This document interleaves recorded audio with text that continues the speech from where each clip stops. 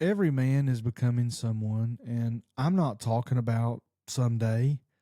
Uh, I'm not talking about eventually, but I'm talking about right now. Your life may feel static. You may feel stuck. And maybe nothing in your routine or about your routine has changed in years. One thing that you need to realize, and we all need to realize, is that we are in motion and we're being shaped every single day. We're being shaped by several factors, but just want to name a few of those. We're being shaped, number one, by what we love, obviously, but we're also being shaped by what we fear. We're being shaped by what we repeat.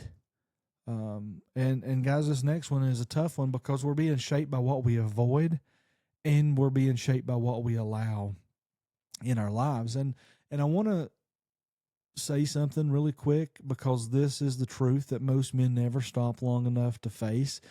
And that is that we are becoming a certain kind of man, and the direction that we're headed, it's not accidental. And today I believe that every single man, including you and me and all other men, I believe that we stand at this fork in the road. And one fork is drift and the other fork is formation. And this episode right here, and this discipleship track, this entire discipleship track, it exists so that we as men can see this fork clearly for what I believe many will be the first time. And so the first part of this episode one here of this track, this discipleship track, we're going to talk about drift for just a minute, because one thing that I know, being a man and also being around men, is that men rarely implode, but we erode. And so drift never feels like this dramatic shift or this dramatic thing that's happening. And a lot of times drift begins to happen in a man's life and you don't even notice it because, drift feels normal.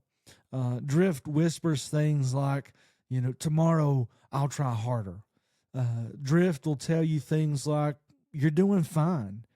And so drift, when we get into this and we get to really talking this through, drift numbs us. It numbs us with busyness. It numbs us with entertainment. It numbs us with comfort. And one that we don't like to admit and realize, guys, is excuses. And then here's the hard thing, and maybe this has happened to you. I know this has happened to me, but if it hasn't happened at some point in your life, it's most definitely going to happen. One day you're going to wake up and you're going to catch a glimpse of yourself, your true self, the person that you are becoming, and the realization is going to hit you hard. I didn't mean to become this man. Drift had hollowed you out while you were just busy surviving. And I think that's a tough one. That's a tough one. And I think a lot of men are right there, in their journey right now. That's happened. And so we drift when number one, when we stop paying attention to the direction of our heart. That's the number one cause of drift. We drift when we avoid the conversations that we need to have. And guys, that is never an easy one. We want to have conversations with folks. We want to, share our heart sometimes. We want to share what we feel like is truth. But we don't. We choose to sit on the sidelines. And we're going to talk more about this one throughout this discipleship track, because that is a huge one. Another thing that happens when we begin to drift is we silence conviction, because here's the reality: change feels too costly. And then drift happens when we accept passivity as our new normal. And I want to tell you a little bit about what drift never leads a man toward. Drift never leads a man towards strength. Drift never leads us as men towards courage or purity, and more importantly, godliness. But drift leads a man toward weakness. And it does it quietly, it does it slowly, and it does it predictably. And so right here at the beginning of this track, you and me and every man that's listening, we must decide whether we're going to keep drifting or are we going to wake up. And so, earlier on in this track, in this episode, we talked about the fork in the road. And I said that on one side is drift, and on the other fork is formation. And so, you know, one of these paths we know very well. And, if we're being honest, it's probably that path of drift, even if we don't want to admit it. The one where our habits shape us more than our convictions, where fear shapes us more than faith, where you react more than you lead. And then on the other side, that fork to formation, this is the man that God is inviting you to become, a man that is formed intentionally rather than passively. And I have to say this up front, we cannot take both paths. We cannot split up and go both directions. And one thing that we know is that we cannot accidentally become strong, and we cannot drift our way into purpose. And so the fork is in front of you, it's in front of me, it's in front of every single man right now. The question is, which way are you going to choose? Which way are you going to walk? And so I want us to talk a little bit about what God desires in a man. And I think this is really, really powerful, because I want us to look at the biblical frame. I don't want you to think of what is Jonathan's opinion of what Scripture says about a man. And so if we cut through the noise and we return to Scripture, then we begin to see a pattern in the men that God formed and a pattern in the men that God trusted. We're going to look at, I think, 4 of these here really briefly. But first, let's think about David. David learned courage in obscurity before he ever faced Goliath. Joseph is one of my favorite characters in all of Scripture, aside from Jesus, of course. But Joseph, he learned integrity in chains before he ever carried authority in Egypt. When you think about Peter for just a second, Peter learned humility and failure before he ever preached the first sermon at Pentecost, and thousands of people came to know Christ. Timothy, he learned discipline before he ever carried the weight of pastoral leadership. And so when we look at these 4 men, but not only these 4 men, I mean, there's tons of men that we can look at biblically in Scripture. But when we see, what we see is that the order is always the same. First, you have your identity. Then you have discipline. Then you have responsibility. And then you have leadership. And so this is not a slogan. It's Scripture's formation arc, if you will. And so let's talk about identity and discipline, responsibility, and leadership for just a second. First, discipline is the habits that strengthen our inner life, the inner man. Responsibility is by faithfully carrying what God has entrusted to you. And just pause for just a second and think about all the things that God has entrusted to you. Guys, you're called to be responsible. So that is a responsibility. And leadership is influence that flows from character, not from your ambition. And I want to say that if you or me or any other man tries to attempt these out of order, then our life begins to bend under pressure. So leadership without responsibility, you know what that breeds?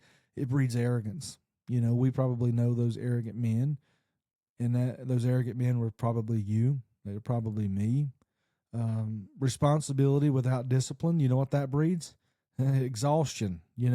I've been there. You've got a lot of responsibilities, but you're not disciplined. So what happens? You're exhausted. And then discipline without identity, man, that just begins to breed pride, and identity without discipline, it breeds passivity. But when a man walks this path in God's order, identity grounding him, discipline forming him, responsibility strengthening him, then leadership doesn't become something that he grasps for. It becomes something that God entrusts to him. And this right here, that is exactly how men are forged. So I want us to talk about a few lies here for just a second, because, there's several lies that men believe about strength, and men don't usually realize they're believing lies. Not until those lies have shaped them for many, many years. But lie number 1 is this: strength is measured externally. You check your bank account and you feel like a failure. You scroll social media and you feel like you're just falling behind because you see, I was just talking to a man the other day, and he was talking about how all the folks that he went to school with, they got a house now, they're getting married, they're having kids, and here he is alone. So we scroll social media and we feel like we're falling behind. We begin to compare our life to the men around us. Maybe it's at church or it's at work or, our friend group or whatever. And you begin to decide that you're weak and that they're strong. What's happened is we've confused strength with the scoreboard, and we're keeping score, and then what happens is we see that we don't measure up sometimes to these other men, and that's okay. Scripture says that real strength begins in these unseen places, that identity, that obedience, and that endurance. That is where strength begins. The second lie that we must confront as men is that strong men don't struggle. So what happens? We hide our weaknesses. We hide our uncertainty. We hide our battles. We're all going through certain things, and man, I'm telling you what, men, we can fight some pretty dark, deep battles, and never let a person know what's going on, right? So we hide it. But I want you to know something. Hidden battles don't make strong men. You know what hidden battles do? They make men isolated and they make exhausted. Ask Jonathan how he knows this. Yeah, he's been right there. I have been right there. And so struggle, I got to say this, men, struggle isn't a sign of failure. But struggle is the environment where God begins to form resilience in who you are. And the third lie I want us to confront is real men go alone. We try to carry everything ourselves. We ask for nothing. We admit nothing. But you know what happens? We slowly, silently begin to break. And when I've studied Scripture for many, many years, and I am no scholar by no means, but I have not found no man in the Bible, in all of Scripture, that was ever formed alone. Strength is formed in community, not in isolation. And the fourth lie I want us to confront today is strength is natural. We assume that we'll rise to the occasion when it matters most. But what happens is the pressure hits and the truth surfaces is we do not rise to our intentions, but we fall to our habits. And so strength is not natural. Strength is formed. And so when we think about formation, we think about formation as God's work. It's not self-help. And so this track right here, this discipleship track, the average man, it's not about improving yourself. It's not about polishing your morality. And it's definitely not about becoming the impressive version of yourself, okay? We have to understand that we cannot transform ourselves into godliness, and we most certainly cannot muscle our way into holiness. Only the Spirit of God forms a man. But you must place yourself where transformation actually happens. I mean, think about the potter and the clay for just a moment. The clay, in and of itself, cannot do anything. It can't form itself. It can't make itself into anything. The only thing the clay can do is to stay on the wheel. We think about the vine and the branch, and Jesus talks about this in John. A branch cannot force fruit. The only thing that a branch can do is remain connected. Think about the disciple and the teacher. A disciple cannot make himself like Christ at all. He can only stay near Christ. And so formation is not you climbing toward God. Formation is you surrendering to God's shaping hands. And so the only job that you have is you bring your willingness and God brings his power. And so this is the gospel right here. Jesus does not just forgive you, and he doesn't just leave you there. He forms you, and he forms you into the man that you need to be for your community, your church, your family, and yourself. And the man that you become, it'll be shaped through God's strength, most certainly not through your strength. So what is the cost of becoming? Because many men love the idea of change, but far fewer ever embrace the process that it takes to change something. Because here's the reality: formation costs something. It costs your comfort. It costs you pride. It costs you the false version of yourself that you've been protecting. And so the man that God desires is the man willing to be formed. And being formed hurts. Guys, it's not fun. It hurts because parts of us must die. And it must die so something better can live. And so this is the doorway right here. God is not asking if you're perfect, okay? The only thing God is asking you is if you're willing. So here's where willingness begins. It's not with this massive overhaul, but it's with 5 minutes, just 5 minutes. And so I want to give you this daily practice, okay? So before your day ever begins, just sit in silence and ask God, who am I becoming today? And who are you calling me to become? Guys, this simple practice, it begins shifting you from drift towards intention.